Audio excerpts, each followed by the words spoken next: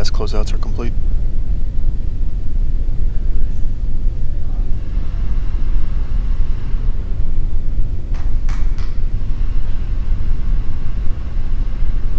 It's 15 seconds.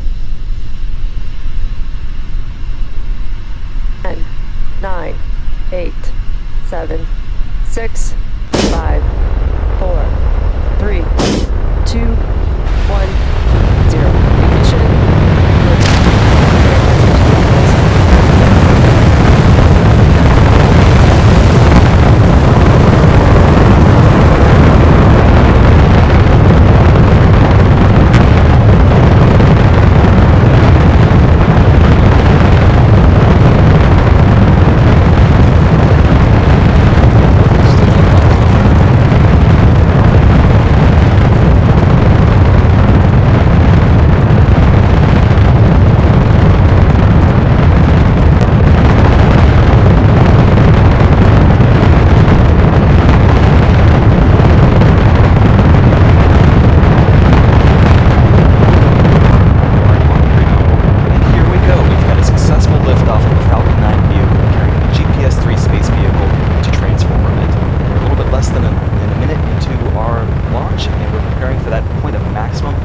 Pressure, known as maximum Q.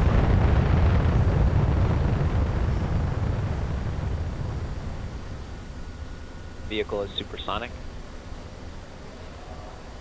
And we've hit our point of maximum Q. These are the strongest loads the vehicle experiences during liftoff.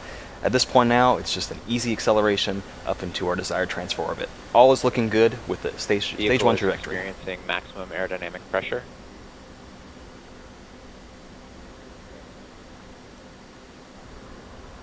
Now we'll have a very busy next 90 seconds. We have 3 events coming up: main engine cutoff, stage separation, and second engine start number 1. That first event, main engine cutoff, or MECO, is where all of the 9 Merlin 1D engines you see roaring right now on the screen on our Falcon 9 first stage are going to shut down. This is then followed by stage separation, or the separation of our first and second stages. And finally, the second engine start, where our MVAC, our Merlin vacuum engine, on the second stage engine lights up. You just heard now we're starting to pump cold liquid oxygen through the plumbing of the MVAC engine to prepare it for ignition, just like we did with the Merlin 1D engines before liftoff. And just a reminder, we're not going to be recovering that first stage. So after stage separation, we'll be providing no views of that first stage, only the second stage and the payload.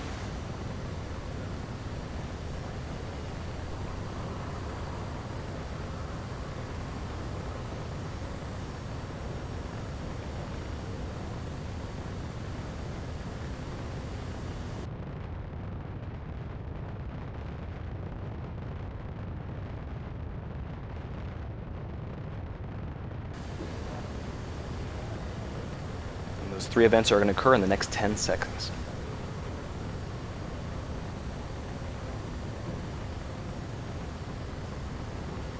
MECO. Stage separation confirmed.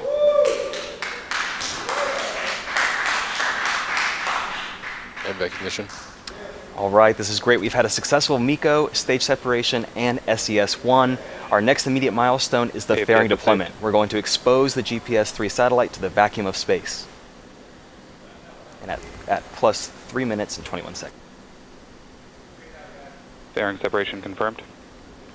And there you see the 2 fairing halves have separated and fallen away from the vehicle, exposing the GPS satellite to space. You can also see one of the fairing halves falling back into the atmosphere in the camera view right there. Everything is running nominally from the second stage to our payload. Acquisition of signal Bermuda. And you can see on your screen the MVAC is continuing to burn, raising the highest point of the second stage's orbit, which is also called its apoapsis, into that intended target orbit. Now we're currently in the first of 2 planned MVAC burns, with our next major milestone being called second engine cutoff number 1, or SECO-1, and that's scheduled for T plus 8 minutes and 16 seconds.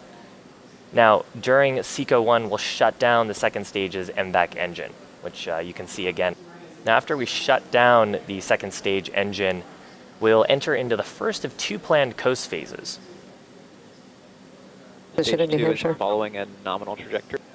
Now, we mentioned this a little bit earlier in the webcast, but we're deploying today's GPS-3 space vehicle into a highly elliptical transfer orbit with a final intended target for the spacecraft being medium Earth orbit, or MEO. Now, for those of you who have followed our webcasts, you may be more familiar with the terms low Earth orbit, where the International Space Station is, and geostationary orbit, where many communication satellites reside in space. Medium Earth orbit is nestled between these two at an altitude of around 20,200 kilometers, or about 10,900 nautical miles above the Earth. Once the GPS-3 space vehicle separates from the second stage, it will use its own onboard engines to raise the lowest and highest points of its orbit to approximately the same altitude in that MEO range. That maneuver is referred to as circularizing its orbit. Now, a fun fact here, GPS satellites are tilted with respect to the Earth's equator by about 55 degrees, and that allows them to provide coverage to the Earth's polar regions. That orbital tilt is referred to as an orbit's inclination, and it takes extra power from the launch vehicle to safely reach. That high inclination orbit combined with the large payload mass are actually why we needed to reserve all of Falcon 9's performance today for the primary mission, and why we did not attempt to recover today's first stage. Now, we're just under 2 minutes away from SECO-1. Again, that's second engine cutoff number 1. MVAC engine is still burning bright, burning that RP1 and liquid oxygen. And we're continuing to boost the GPS-3 space vehicle into that highly elliptical transfer orbit. Now, you may see the status bar at the bottom of the screen. You might be wondering, why does we have 2 coast phases for this flight as opposed to the typical one? And why does it take us so long to deploy the satellite for this particular mission? It's really twofold. First, this helps us get the vehicle back within the Air Force's ground station coverage, and also the Falcon 9 is very busy during this period. During the second coast phase, we make sure the second stage is completely shut down. The MVAC engine gets purged of that RP1 propellant and gases, which helps us avoid contamination with the satellite. Also, we begin to spin that second stage to help us stabilize the payload for when it's deployed. Once this coast period ends and the Air Force ground station coverage is regained, we're finally ready to deploy that space vehicle. AFTSA.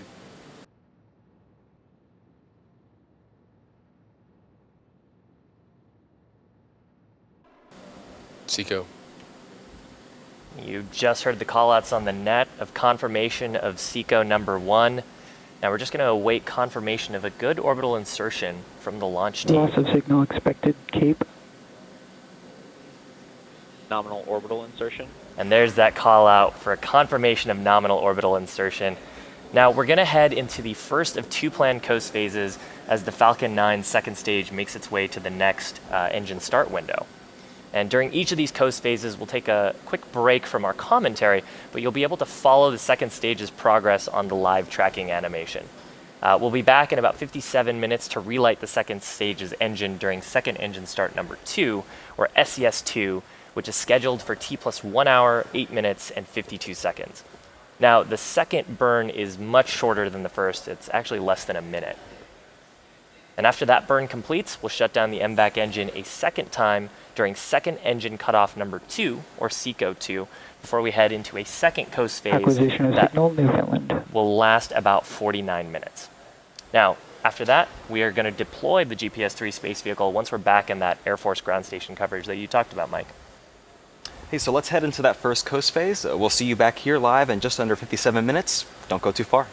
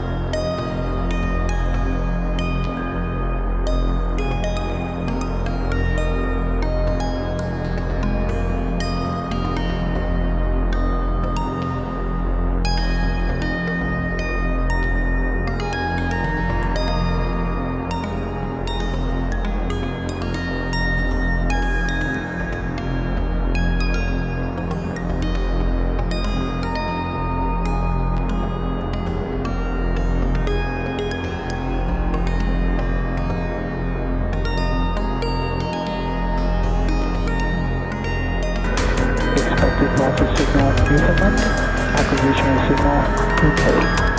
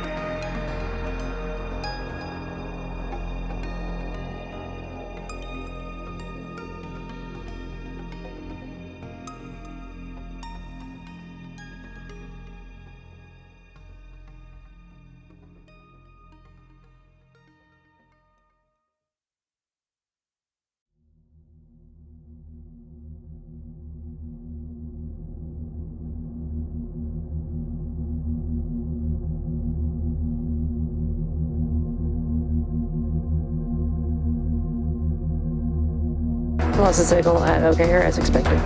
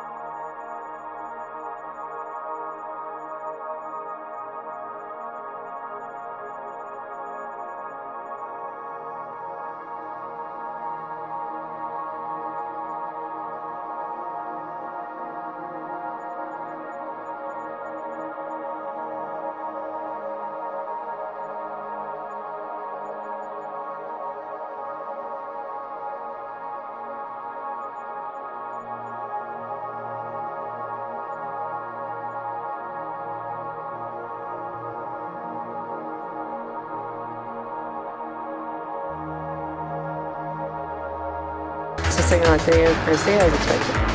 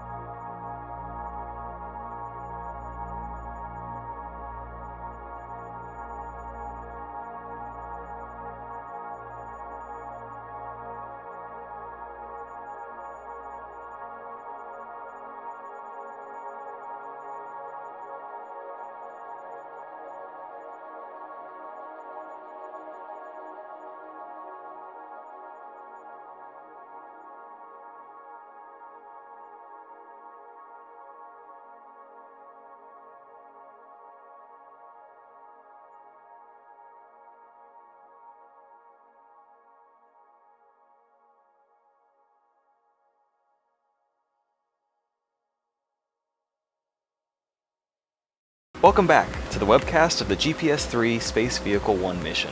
If you're just joining us, we had a smooth liftoff at 8:51 a.m. Eastern Time, followed by separation of our first and second stages. We then had a successful lighting and shutdown of the second stage Merlin vacuum engine. Since then, the second stage has been in a coast phase, orbiting around the Earth and boosting up to that desired transfer orbit. The next major event is coming up at T plus 1 hour, 8 minutes, 52 seconds. It's the second relight of our second stage engine called SES number 2. The second stage will burn for much less, for 47 seconds, before shutting down for a second time. This event is also similarly called SECO 2.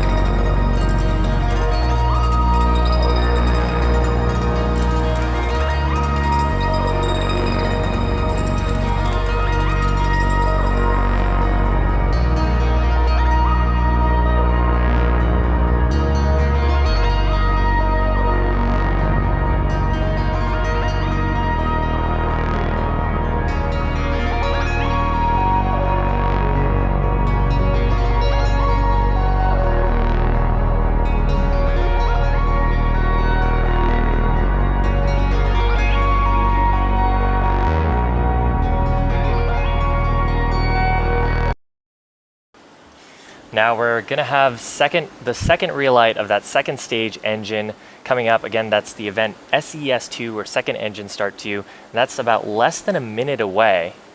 We're actually looking at the second stage engine from a camera mounted on the side. Gives us good visibility and a visual confirmation of engine start when that event happens.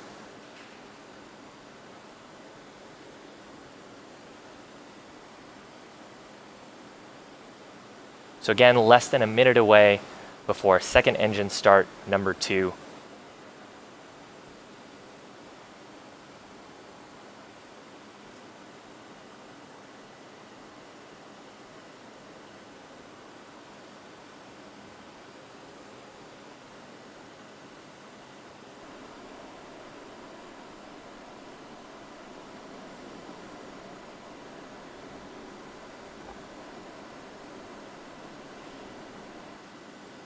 And there you can see on your screen, relight of the second stage engine. Now this is a very short burn, lasting just about 45 seconds. That's because the MVAC is still producing just as much thrust as it was before, but it's significantly lighter now because we've consumed so much propellant on the way up.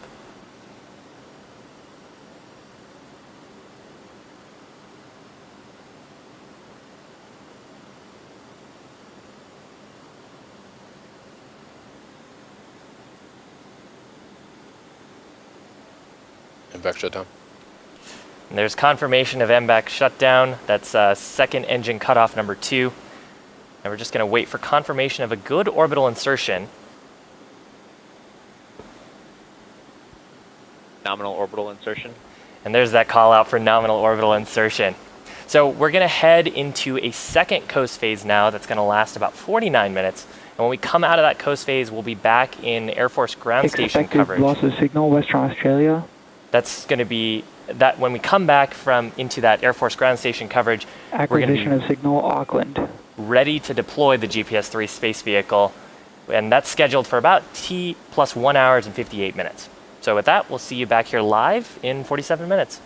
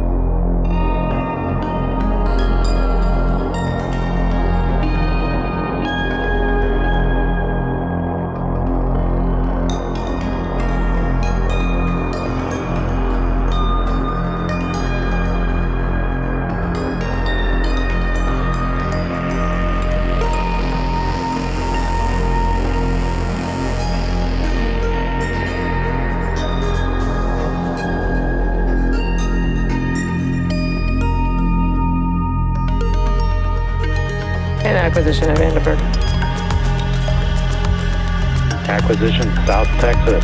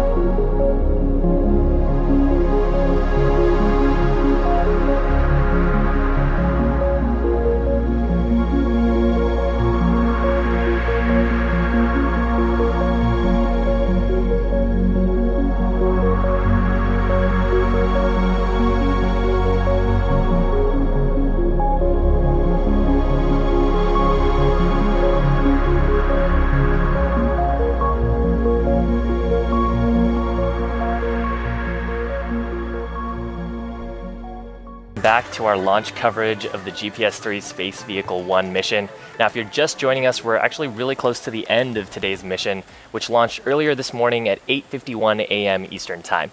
So far, we've had successful ascent of the first stage, successful stage separation of the second stage from the first stage, and the second stage is now in a good high elliptical Earth orbit after completing 2 planned MVAC burns. We've got just one more major milestone to complete today's mission, which is deployment of the GPS-3 space vehicle from the Falcon 9 second stage. Exactly, Shiva. The GPS-3 Space Vehicle 1 satellite is attached to the top of our second stage via the PAF, or the payload adapter fitting, which holds onto the satellite via some clamps and some springs. Now, when the time comes to deploy the payload, those clamps release, and those springs, which have been compressed for the duration of the launch, will finally be able to fully extend, and collectively they give the GPS satellite a gentle push away from the top of our second stage. And on our screen, actually, is a view of the of our second stage. We're actually looking at the MVAC engine. We're looking at a view from those cameras that are on the back of the second stage. And we're about a minute away from satellite deployment. Now, after deployment, the spacecraft will use its own onboard thrusters to slowly raise into that circular medium Earth orbit. And kind of cool here, we're almost at 8,500 kilometers up above the Earth. Yeah, in terms of our longitude, you might see a little sliver of the Earth. We're actually around the same longitude that you and I are at today here in Hawthorne. It's kind of unreal thinking we've already circumnavigated the globe just during this webcast. Yeah.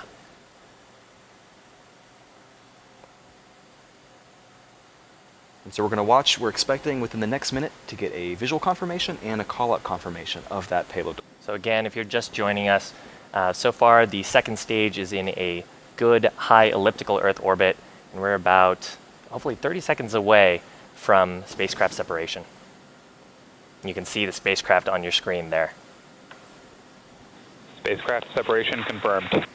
And there it is, a successful spacecraft separation. You can see the space vehicle gently floating away to continue its mission and achieve that medium Earth orbit. And with that, SpaceX has achieved our primary mission, which will bring our webcast here to a close. We'd like to thank the Air Force for entrusting us with this mission, and we look forward to the future GPS-3 satellite missions in the future. Also, we want to thank the satellite manufacturer Lockheed Martin. A special thanks also to the 45th Space Wing for range support, and to the FAA for the licensing of today's mission. And thanks to you, for all of our viewers, for tuning in. Now, our first launch for 2019 is currently scheduled to be the Iridium 8 mission, and that's the final launch of the Iridium Next network of satellites that's currently targeting January 7th. But until then, from all of us here at SpaceX, we hope you have a happy and safe holiday season and a happy new year.